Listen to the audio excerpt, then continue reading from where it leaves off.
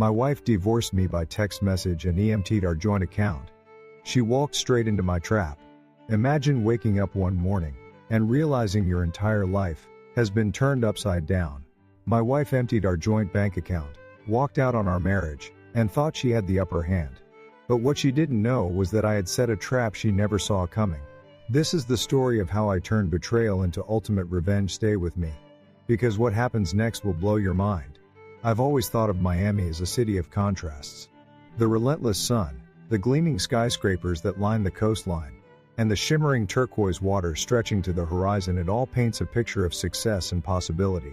But beneath the surface, just like the dark undercurrents of the ocean, there's a tension that never quite lets up. I knew that tension well. For more than a decade, I built my life here, turning one lucky break after another into a real estate empire that most men would kill for.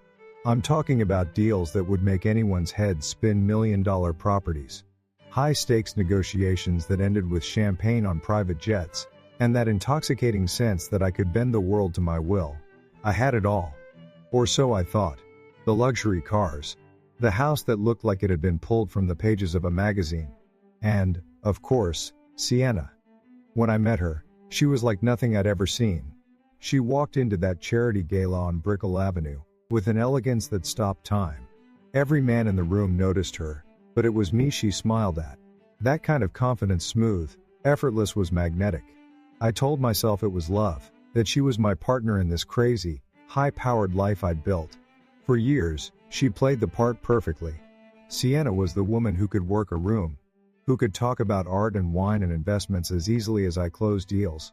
She had that glow, that polish that made everyone envy us. And for a long time, I thought we were untouchable. Together, we moved through Miami's elite circles like royalty. I mean, who wouldn't think that? The pictures in the lifestyle magazines, the cocktail parties on our yacht, the nights when we toasted to success in some hidden-away rooftop bar, all of it felt like a dream I'd somehow stumbled into. But as any man who's fought his way to the top can tell you, dreams have a way of turning into nightmares. At first, the signs were so small I didn't even notice them. She started spending more, nothing crazy, just little things that didn't quite add up. A few more designer dresses than usual. An expensive weekend at a spa she never mentioned before. I brushed it off. After all, we had the money. What was the harm? Then there were the late nights. Sienna always had her own circle of friends. Those glamorous women who lunched at exclusive restaurants on South Beach and showed up at events in dresses that cost more than some people's cars. I figured the late nights were just part of that life, charity meetings, fundraisers, or maybe just a night out. I never asked too many questions because I trusted her. That's the mistake a lot of guys make, isn't it? You get so caught up in the success, in keeping everything moving, that you don't see what's right in front of you. Then the phone calls started. At first, they were innocent enough, just Sienna stepping into the other room to take a call. No big deal. But after a while, it became a pattern. She'd lower her voice, laugh that soft, almost private laugh she used to save just for me, and then come back into the room like nothing had happened. It's amazing how good someone can be at making you feel crazy, at making you doubt your instincts. She'd lock her phone, change her passwords, brush off questions with a breezy "oh, it's just work stuff." It's funny how you can be one of the sharpest guys in the room, reading deals, spotting weaknesses, turning opportunities into profits, and still be blind when it comes to the person you share your bed with. I started noticing more things, little details, that would have meant nothing if I hadn't been paying attention. There were charges on the credit card for 5-star hotels in the city, when she was supposed to be out of town. Jewelry I'd never seen her wear. A new, high-end handbag that she claimed was a gift from a friend. And then there were the weekends. She'd head off for a spa retreat or a business trip, but when I called, the timeline never quite added up. She'd get defensive, tell me I was working too hard, that I needed to relax and stop being paranoid. For a while I believed her. I told myself I was overthinking things. After all, I had no proof. But the thing about trust is, once it starts to crack, it doesn't take much to shatter. One night, after one of her mysterious retreats, I found myself alone in our kitchen, the city lights pouring through the floor-to-ceiling windows. I poured a drink, something to take the edge off, and stared at the skyline. Something didn't feel right. I couldn't shake the nagging feeling that I was being played. I started replaying all those little moments. The dismissive answers. The unexplained absences.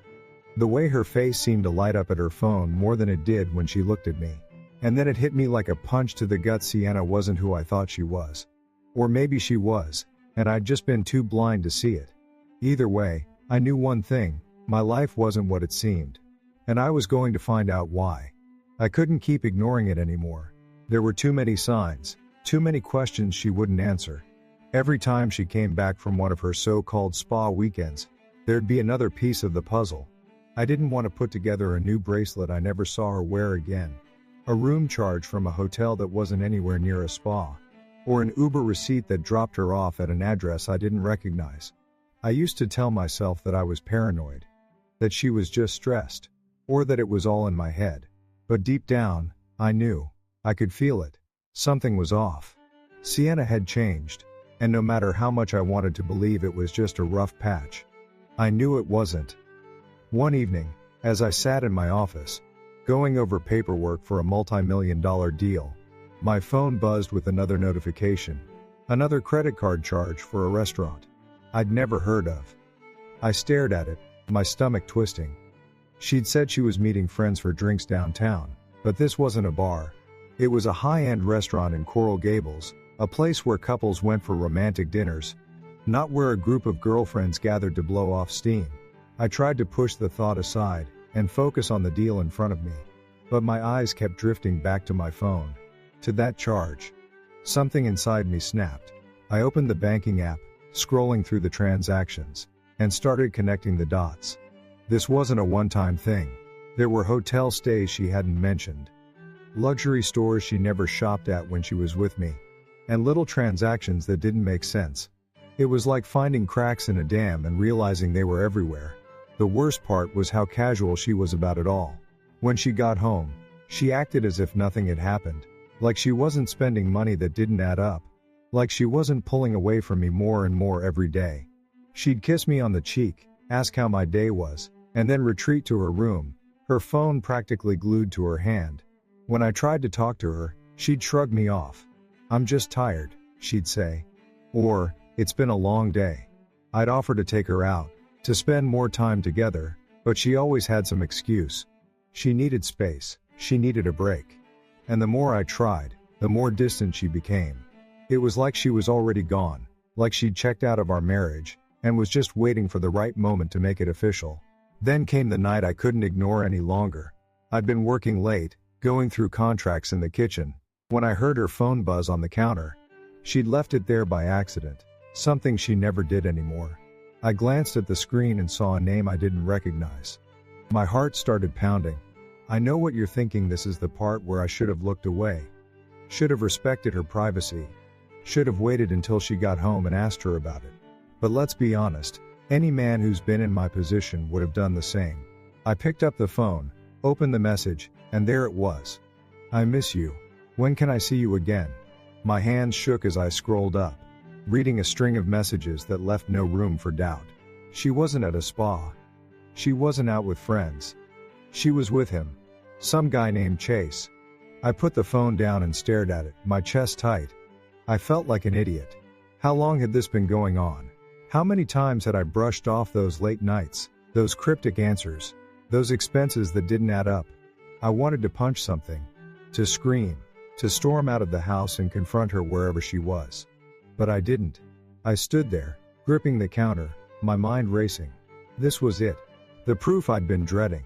I didn't know if I felt more angry or more stupid, but I knew one thing: I couldn't let her see that I knew. Not yet. By the time she got home, I had calmed down enough to play it cool.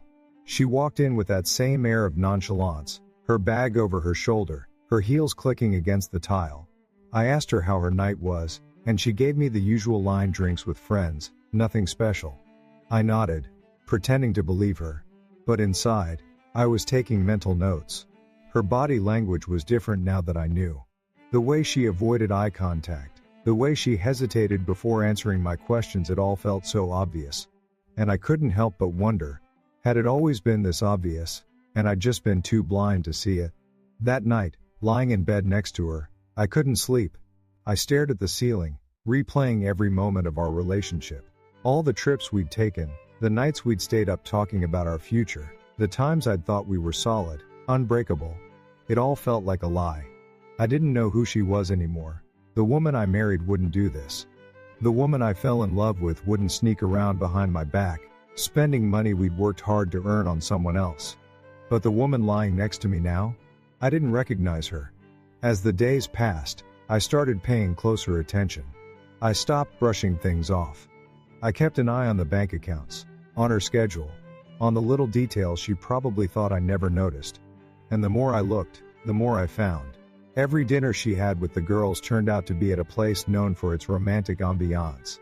Every weekend retreat was at a hotel booked under her name, not a spa she was attending with her friends. Every excuse she gave me had holes I could see right through. I didn't confront her. Not yet.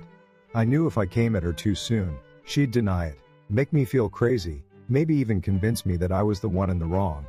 I needed more. I needed her to slip up, to show me that she wasn't the perfect, untouchable woman she tried to be. And then it happened. One afternoon, while I was sitting in my office downtown, I got a text. Not from her, but from the bank. A large withdrawal had just been made from our joint account. My blood ran cold. I checked the account, and sure enough, it was nearly empty. I sat there, staring at the screen, my hands trembling. She'd done it. She'd taken almost everything. I felt my stomach drop, my mind racing. Why now? Why like this? A minute later, another text came through. This time, it was from her. It was short, to the point, and absolutely crushing. Logan, I need to be honest with you. I've taken the money from our joint account. I'm leaving for Los Angeles with Chase. Don't try to stop me. That was it. No apology, no explanation, no attempt to justify it.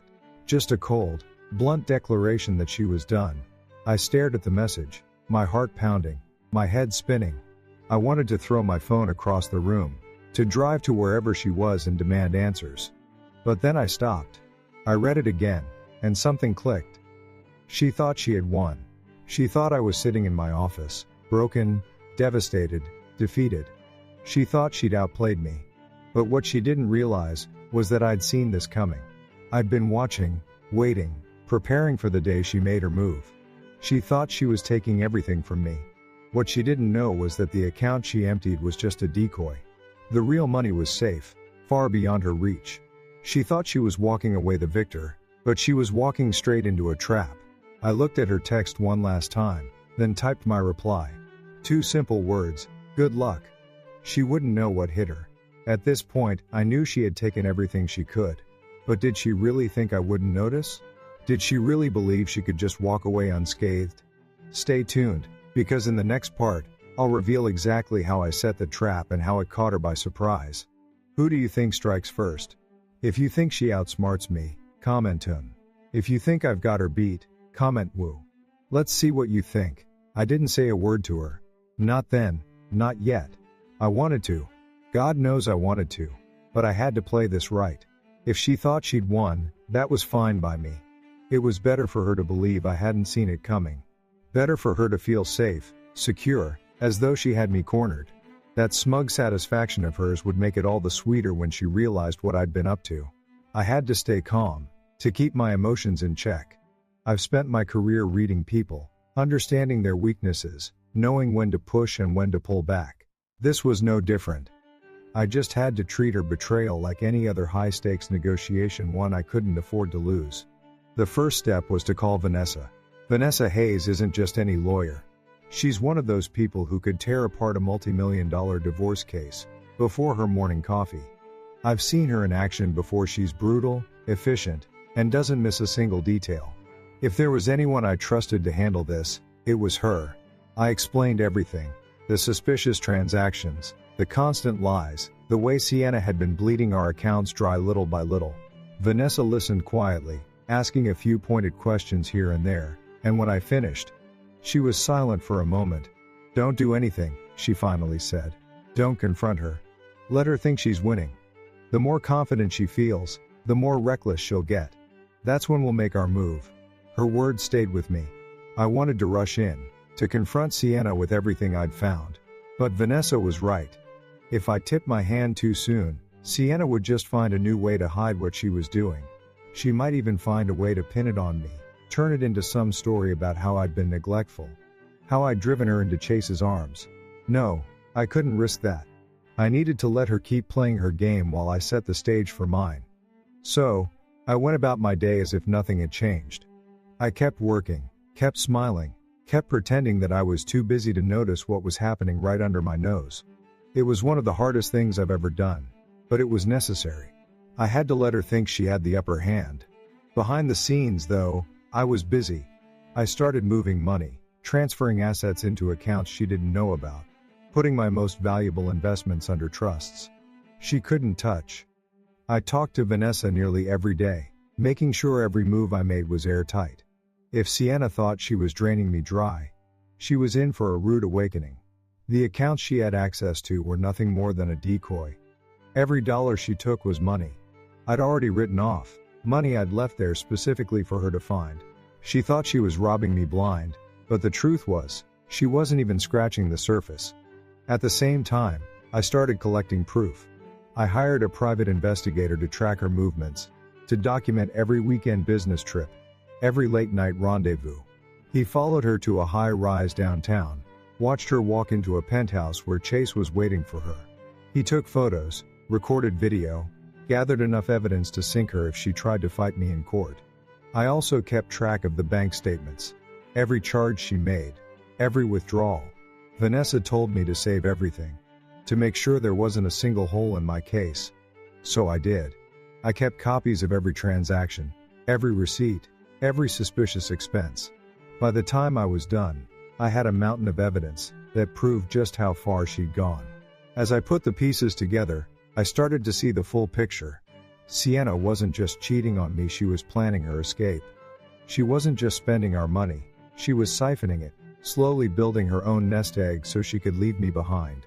She thought I wouldn't notice, that I'd be too busy, too distracted to put it all together. But she underestimated me. She underestimated how much I pay attention, how much I see without saying a word. I watched her play her little games, all the while knowing exactly where she was headed. And I let her go on believing she was in control. I stayed patient. Every time she walked out the door, claiming she had to meet a client or attend a fundraiser, I told her to have a great time. I kissed her goodbye, smiled like a fool, and told her I'd see her when she got back. And then I went back to work, shoring up my defenses, making sure that when the time came, she'd have nowhere to run. I knew it would happen soon. I could feel it. Sienna was getting bolder, more confident. She was spending more, staying out longer, acting like she didn't have a care in the world. She thought she was untouchable, that I was too oblivious to stop her. But she was wrong. So very wrong. I kept quiet, waiting for the moment she'd overplay her hand. I didn't have to wait long. Sienna must have thought she'd won. I could see it in her face, the way she walked around our house like she owned the place. She didn't even bother to hide the new designer shoes lined up neatly by the front door, or the bracelet that sparkled just a little too much when it caught the sunlight. It was like she wanted me to notice. Maybe she thought I'd given up, that I'd just roll over and let her have it all. But she had no idea what I'd been doing while she was out spending my money. No clue that I was quietly undoing every move she made. When she'd leave on her business trips, I didn't waste time. I'd sit in my office, poring over bank statements, tracking every penny she'd spent. She might have thought I was too busy running my company to notice the $1,000 charges at high-end hotels, or the overpriced dinners at places I'd never heard of. But that was her mistake, thinking I was distracted, thinking she could get away with it. I knew exactly what she was doing, and I knew exactly where it was all going. I started imagining the life she thought she was heading toward. A luxury condo in Los Angeles, fancy dinners at 5-star restaurants, nights out at exclusive clubs. She'd be right at home in Beverly Hills, draped in designer clothes, sipping champagne while Chase played the charming boyfriend. I could see her in my mind smiling, laughing, acting like she'd finally found her happily ever after. But what she didn't realize was that her dream life was built on quicksand. Chase wasn't the golden ticket she believed he was, and the money she thought she had. That was nothing but a mirage. I'll admit, it stung at first. The thought of her planning this escape, of her choosing him over me, Of her spending the money I worked so hard to earn. It was a bitter pill to swallow. But the more I thought about it, the more I saw the cracks in her plan. Chase was younger, sure, but he was also a fraud. He flaunted wealth he didn't have, leased cars he couldn't afford, and lived in a penthouse he barely held onto. He wasn't building a future, he was playing a role. And Sienna, who used to be sharp, who used to know the game inside and out, had bought it hook, line, and sinker. I almost felt sorry for her. Almost.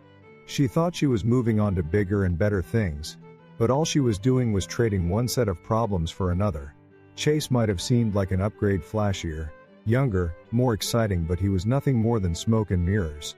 And as soon as things got tough, as soon as the money ran out or the bills piled up, he'd be gone.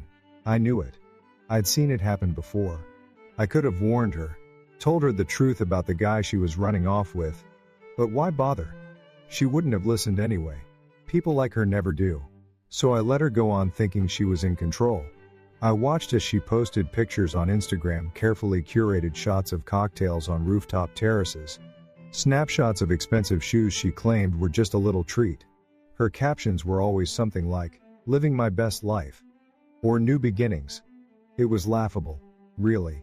While she was busy showing off her supposed independence, I was quietly dismantling her plan piece by piece. Every time she emptied another account, I had already moved the real money somewhere she'd never find it. Every time she booked another first-class flight, I'd already set the stage for what would happen when she landed. She thought she was playing me, but she didn't realize she was the one being played. There were times when I wondered what she saw in Chase. Maybe it was the thrill of something new, the excitement of starting over. Maybe she was tired of me, tired of the life we'd built together. Or maybe, deep down, she just wanted to feel young again, to pretend she wasn't settling into her late 30s, to convince herself she could still turn heads. I'll never know for sure, and honestly, I don't care anymore. Whatever the reason, it didn't matter. What mattered was that she thought she could walk away, that she thought she could leave me with nothing. And I wasn't about to let that happen. Looking back, it's almost funny how much faith she put in him. Chase, with his perfectly styled hair, his tailored suits, his sports car that was probably on its third lease extension. I'd bet money he was sitting on a mountain of debt, juggling credit card payments, while pretending he was some kind of tech mogul. Sienna, who used to be smarter than that, fell for it. She fell for his flashy smile, his hollow promises, his carefully crafted image. She really thought he'd take care of her, that he'd be her way out. But Chase was never in it for the long haul. He was the kind of guy who stuck around just long enough to enjoy the good times. And as soon as things got rough, he'd disappear without a second thought. I wondered how it would play out. Would he leave her stranded when the bills started piling up? Would he blame her for the financial mess she'd walked into? Would she finally see him for what he was? Or would she keep convincing herself that everything was fine?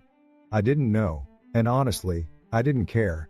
All I knew was that whatever fantasy she was chasing, it wasn't going to end the way she thought. I made sure of that. As I sat in my office, going over the evidence, it became clear just how far she'd gone. The charges, the trips, the gifts, everything added up to a betrayal I couldn't ignore. But I didn't let it consume me. I didn't let the anger take over. Instead, I channeled it into action. I stayed focused, stayed patient.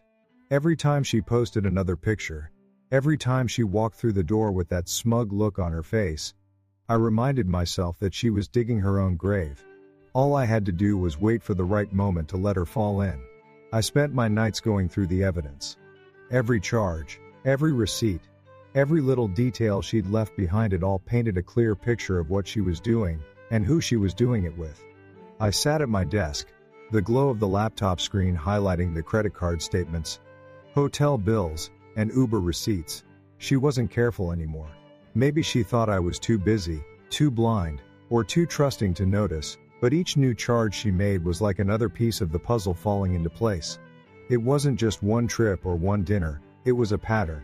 A weekend here, a shopping spree there, a romantic dinner at a place she didn't even bother to hide on her Instagram feed. At first, it stung seeing it all laid out like that. But after a while, it just fueled me.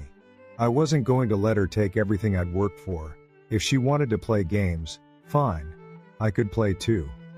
I started keeping records. Every time she left town for one of her so-called business trips, I logged it. I tracked the expenses down to the penny. The luxury handbags, the jewelry I never saw her wear, the boutique hotel stays, it all went into the file. I even pulled her social media posts. The ones where she claimed she was at a charity event but was actually lounging by a rooftop pool at a 5-star resort. She thought she was so clever, so untouchable. But she had no idea I was watching her every move. Vanessa, my lawyer, told me to document everything. If you want this to hold up in court, she'd said, we need more than just suspicion. We need proof. So I gathered proof. I got copies of every bank statement, every credit card bill, every reservation she made under her name. I went back months, hell, years, pulling up anything that looked out of place. She wasn't even trying to hide it. I found charges for luxury spa treatments at hotels.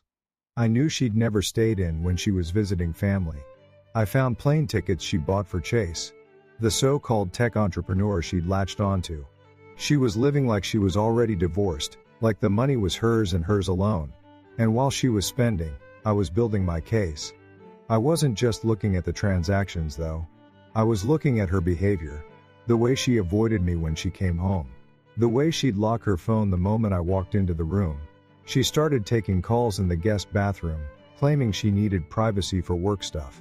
She'd disappear for hours, and come back with vague excuses about running errands.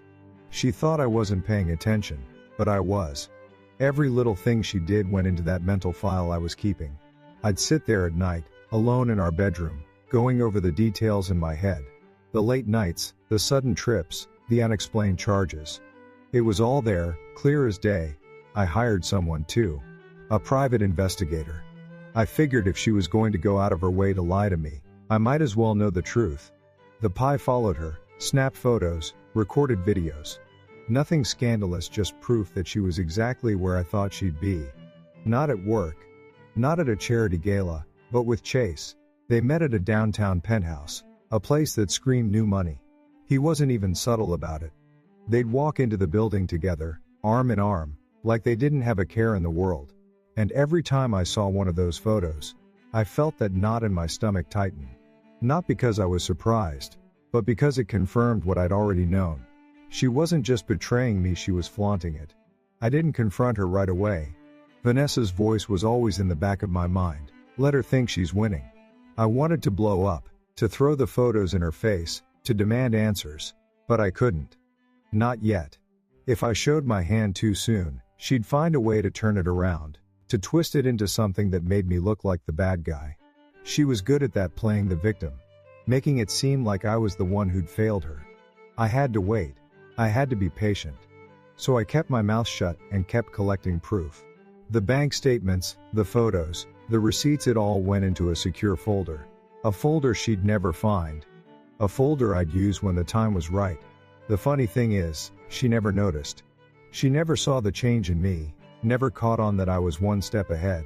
She was too wrapped up in her new life, too busy planning her escape. I let her think she had me fooled. I let her believe she was in control. And the more she thought she was winning, the more careless she got. She started charging bigger expenses, weekend trips to Napa, designer shoes that cost more than a mortgage payment, spa retreats that she never even bothered to explain. I let it all happen. Because every dollar she spent was another nail in her coffin. Another piece of evidence that I could use against her.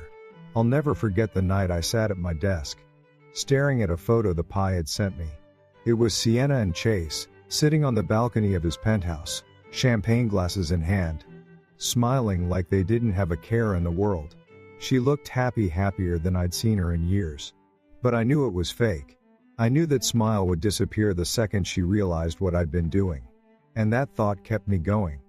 She thought she was free, thought she'd outsmarted me.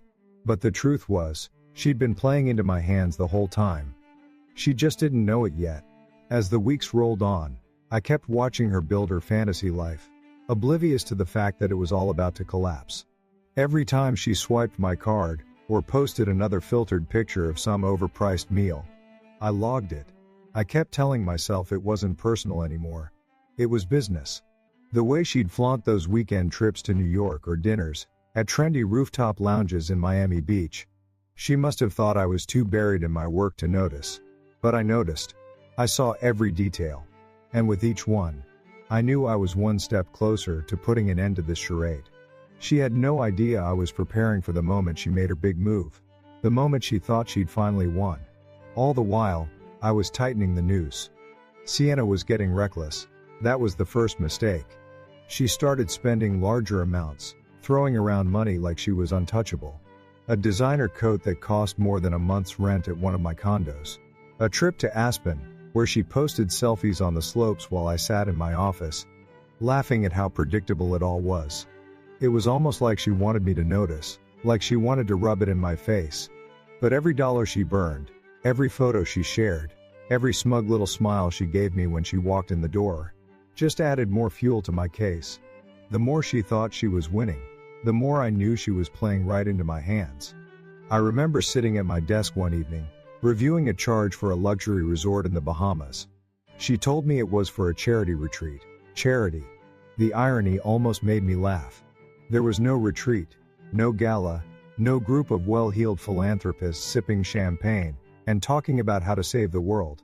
It was her and Chase, lounging by the pool, ordering room service, living it up on my dime. She didn't even try to cover her tracks anymore. Maybe she thought I'd just let it slide.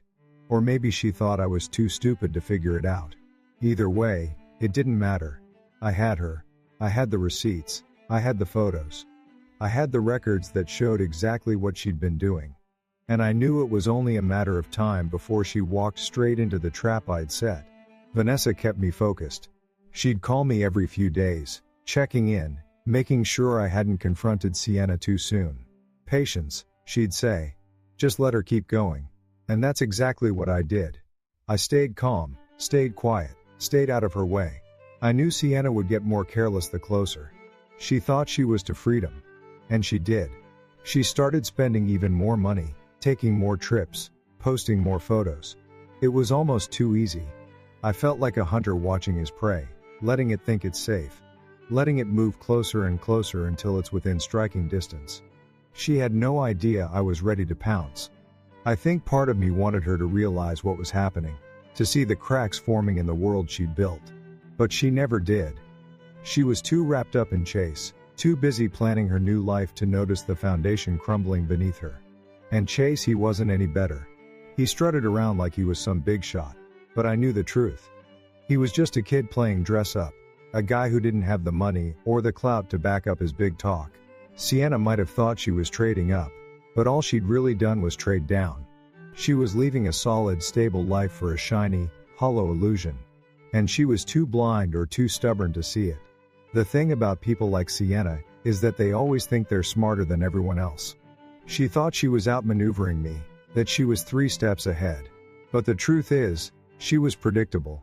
I could see her next move, before she even made it. It wasn't hard to guess when she'd max out the credit card, or book another flight, or disappear for a long weekend.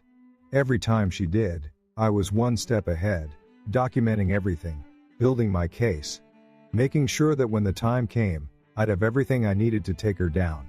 And all the while, I never let on. I smiled. I played the part. I acted like the clueless husband who had no idea what was happening. But inside, I was ready. Inside, I was just waiting for the perfect moment to pull the trigger. And then one day, it happened.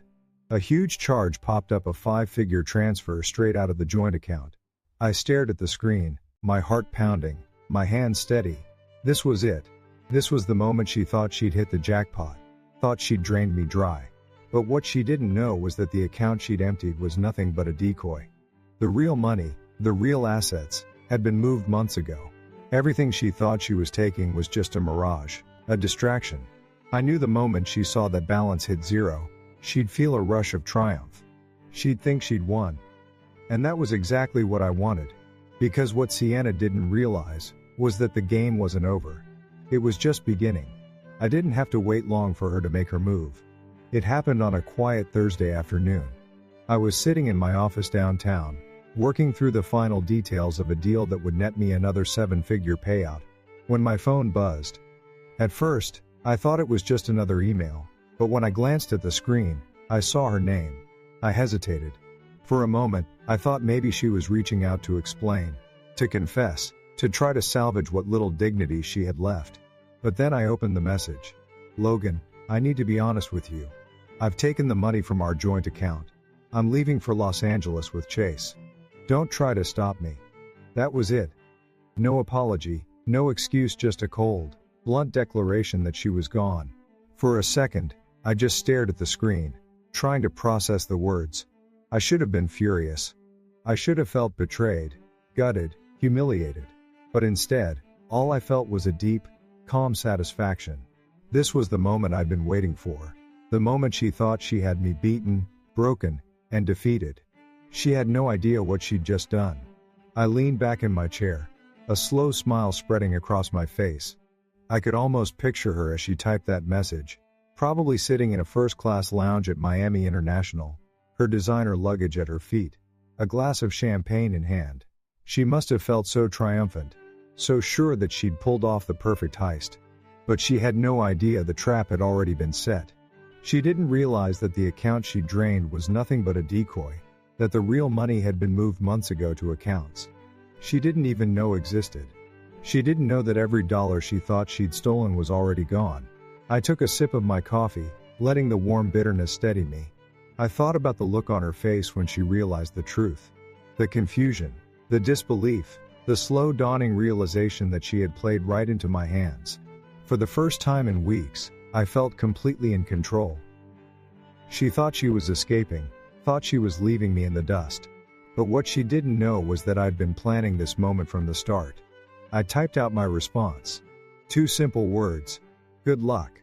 And then I put my phone down, exhaling slowly. She wanted a new life?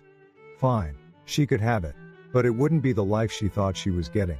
While she was sitting there, dreaming of her future with Chase, I was already working with Vanessa to freeze every remaining account, cancel every credit card, and lock down every asset. By the time she landed in Los Angeles, she wouldn't have a dime left to her name. Vanessa called me a few minutes later, her voice calm and steady. She made her move? She did, I said, leaning back in my chair. You know what to do. She didn't miss a beat. I'll start the paperwork. Her cards will be declined before she even boards the plane. I smiled. Make sure she can't book a hotel. No flights, no rentals, nothing. I want her stranded. Vanessa chuckled softly. Ruthless. I like it. It's not about revenge, I said, though I wasn't sure I fully believed that. It's about making sure she can't hurt me anymore. Of course, Vanessa said, though I could hear the faint amusement in her voice. Anything else? Yes, I said. File the divorce papers first thing tomorrow. She wants to leave? Let's make it official. Consider it done, Vanessa replied, and then she hung up. I sat there for a long moment, staring out the window at the Miami skyline. The city was bathed in golden light, the sun dipping low over the ocean, and for the first time in weeks, I felt a sense of peace. She thought she'd beaten me, but she didn't realize that she'd lost before the game even began. I had all the proof, all the evidence, all the power. I didn't need to yell, didn't need to argue, didn't need to fight. All I had to do was wait for her to see the consequences of her own actions. Somewhere out there, Sienna was walking into her perfect new life, confident that she had outsmarted me. She thought she'd left me in ruins, thought she'd taken everything I had. But soon, she would realize that she had nothing. No money, no safety net, no way to move forward. And when that moment came, when she finally saw the truth, I would be here calm, collected, and ready to move on without her. It didn't take long before the dominoes began to fall. While Sienna thought she was in the clear, busy packing her bags and imagining a fresh start, I was already watching her illusions unravel. The first sign that something was wrong must have hit her when she swiped her card at the airport counter, only to see it declined. At first, I'm sure she chalked it up to a glitch, maybe a temporary hold. Something minor. But after the second attempt declined again, that smug little grin she always carried must have faltered. She probably tried to play it cool, stepped aside and pulled out her phone, confident she could fix it. But then she'd see it, the alerts from her bank. Account frozen. Funds unavailable. Suddenly, she wasn't in control anymore. I could almost picture it. Sienna standing at the airline counter, dressed in one of her tailored travel outfits and expensive blazer, designer heels. The works looking completely out of place as the agent politely told her she couldn't check in. Her eyes narrowing, her fingers tapping frantically at her phone screen, scrolling through her accounts and seeing nothing but zeros. I didn't have to be there to know how it went down. People like Sienna don't handle obstacles well. She would have tried calling Chase next, thinking he'd swoop in to save the day. That was probably when her panic turned into anger, her voice sharpening as she realized he wasn't picking up. I imagined the scene, her pacing the terminal, phone pressed to her ear, voice growing louder with each unanswered call. Maybe she left him a voicemail, something biting like, "Call me back now. This isn't funny." Or maybe she tried to keep it calm at first, assuming Chase was just busy, that he'd show up and take care of everything. But deep down, I knew she'd start to feel the walls closing in. She wasn't used to things going wrong. She wasn't used to feeling powerless. That's the thing about Sienna, she always thought she could talk her way out of anything. That smooth, confident tone, the way she'd tilt her head just so, flash a polite smile, and expect everyone to fall in line. It worked on charity boards, at upscale cocktail parties, on me for longer than I care to admit.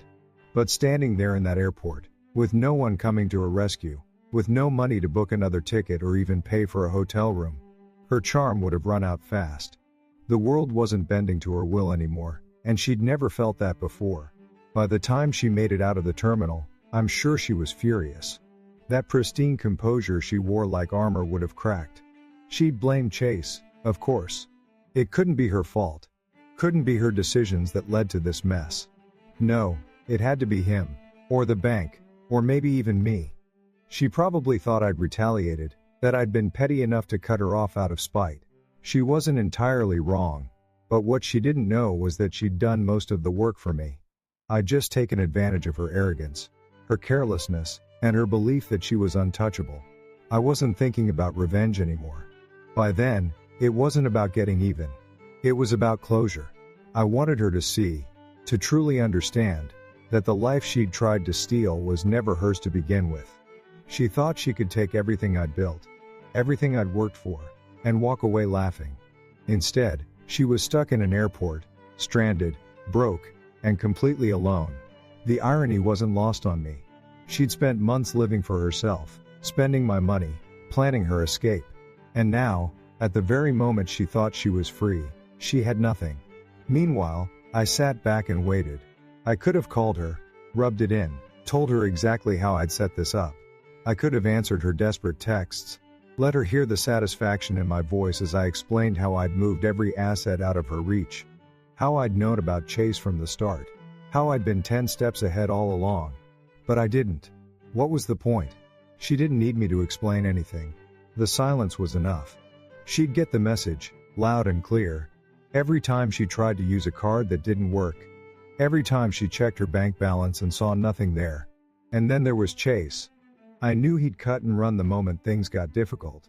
Men like him don't stick around when the money dries up. He wasn't in it for love or loyalty. He saw Sienna as a meal ticket, a gateway to the kind of lifestyle he couldn't afford on his own. As soon as that illusion shattered, as soon as Sienna couldn't foot the bill, he was gone. I imagined she tried calling him again, maybe sending a frantic text. Something like, "Where are you? I need help."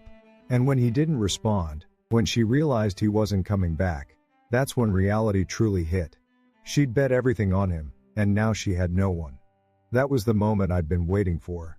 Not the text she sent me from the airport, not the transfer she made from the joint account, not even the photos of her and Chase smiling on a rooftop. No, it was that moment when she finally understood that her plan had failed, when she was forced to face the consequences of her choices. That was when I knew I'd won, and as for me, I was done. No more looking over my shoulder. No more sleepless nights wondering when she'd make her move. She'd played her hand, and she'd lost. I didn't need to do anything more. I didn't need to answer her calls, didn't need to confront her, didn't need to see her face as she realized it was all over. All I needed was to move on, to let her live with the mess she'd made, and to finally, completely, be free. I stood in the kitchen, staring at the marble counter. The house was quiet, too quiet, but I didn't mind. For the first time in weeks, I could breathe. No more tiptoeing around the obvious. No more pretending I didn't see the writing on the wall. It was all out in the open now, and I was finally free. I poured myself a drink, something strong enough to match the weight that had been lifted off my shoulders. The warm amber liquid settled in the glass, catching the light as I swirled it around. I took a slow sip and let the heat spread through my chest. This was it. The end of one chapter and the beginning of another. Sienna was gone. Chase was gone. The chaos they brought into my life was gone. And me? I was still standing. It felt strange, almost surreal, to be here alone. This house, our house, had always been full of life. The laughter of friends at dinner parties, the faint hum of music in the evenings, the clink of glasses during our late-night conversations. Now, it was just me and the silence. But it wasn't a lonely silence. It was peaceful. I let myself lean into it, embracing the stillness as I thought about everything that had happened. I could have been bitter, I could have been angry, but instead, I felt a quiet sense of satisfaction. I'd played the long game and won. The fallout from Sienna's choices didn't come as a surprise. The moment Chase walked out on her, she started reaching out to me.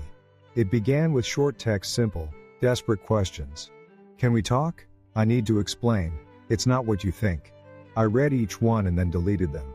I didn't have anything to say to her. She'd made her bed, and now she had to lie in it. It wasn't my job to fix her mistakes, not anymore.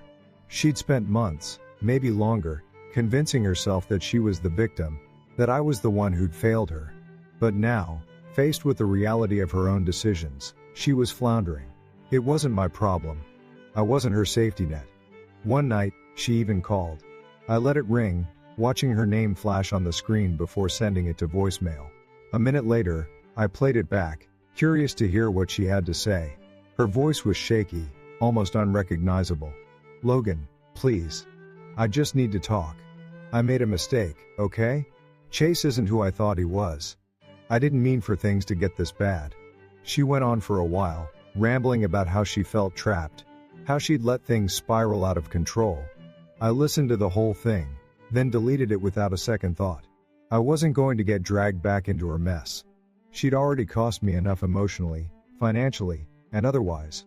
I wasn't about to let her cost me my peace. Vanessa called me the next morning. She's trying to contest the divorce, she said, her tone clipped but professional. She claims she's entitled to more than what we've offered. I let out a dry laugh. She can claim whatever she wants. She's got no leverage. Vanessa agreed. We'd planned for this. The mountain of evidence I'd collected over the months, the financial records, the photos, the messages was airtight. Sienna might have thought she could spin the story, paint herself as the wronged party, but the truth was clear.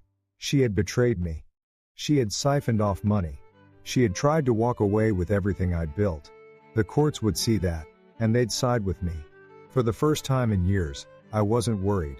I was in control, and she was out of moves. As the weeks passed, I threw myself into work. My business was thriving, and without Sienna's distractions, I found myself more focused than ever. Deals that once seemed stressful now felt almost effortless. I had my groove back. I started making plans, thinking about the future in a way I hadn't in a long time. I wasn't looking back anymore. The past was just that, the past. Sienna's texts became less frequent. Her calls stopped altogether. I figured she'd finally accepted reality, finally realized that there was no going back. I didn't feel sorry for her. I didn't feel much of anything, really. She'd made her choices, and now she had to live with them. That's life. One evening, as I stood on the balcony, looking out over the Miami skyline, I thought about how much had changed. The man I was before all this started would have handled things differently. Maybe he would have let his anger get the best of him. Maybe he would have confronted her the moment he found out about Chase. Maybe he would have fought her at every turn, yelling, arguing, demanding answers. But the man standing there now, the man I'd become, knew better. I didn't need closure from her. I didn't need an apology or an explanation. All I needed was to move forward, to keep building the life I wanted, the life I deserved. I felt a breeze roll in from the ocean, carrying with it the faint scent of salt and the hum of the city below. I thought about all the lessons I'd learned through this mess. Trust isn't something you give away lightly. It's something you protect, something you earn. I'd let my guard down with Sienna, blinded by love or lust, or maybe just the idea of who I thought she was. Never again. Moving forward, I'd be smarter, more careful, more deliberate. I wasn't going to let anyone take advantage of me like that ever again.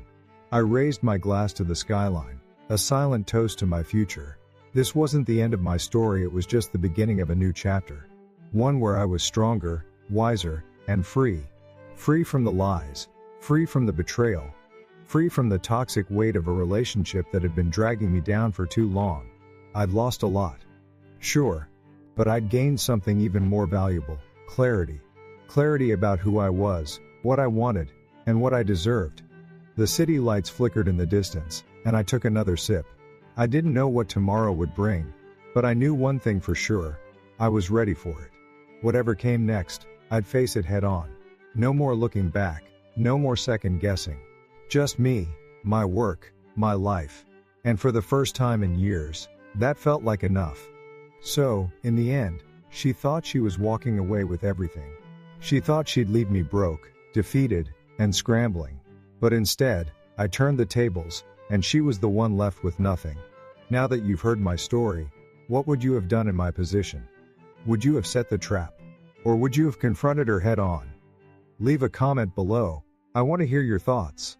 And if you want more insane stories like this one, hit that like button and subscribe for the next shocking twist.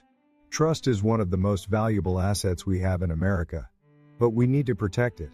If there's one thing I've learned, it's to always safeguard your hard work, your finances, and your personal integrity. Love or loyalty shouldn't blind you to the warning signs of betrayal. Keep detailed records, know where your assets are, and make sure you're never left in a vulnerable position. Prepare for the worst so that you can handle any storm that comes your way. In the end, it's about protecting what you've built and not letting anyone take advantage of you again.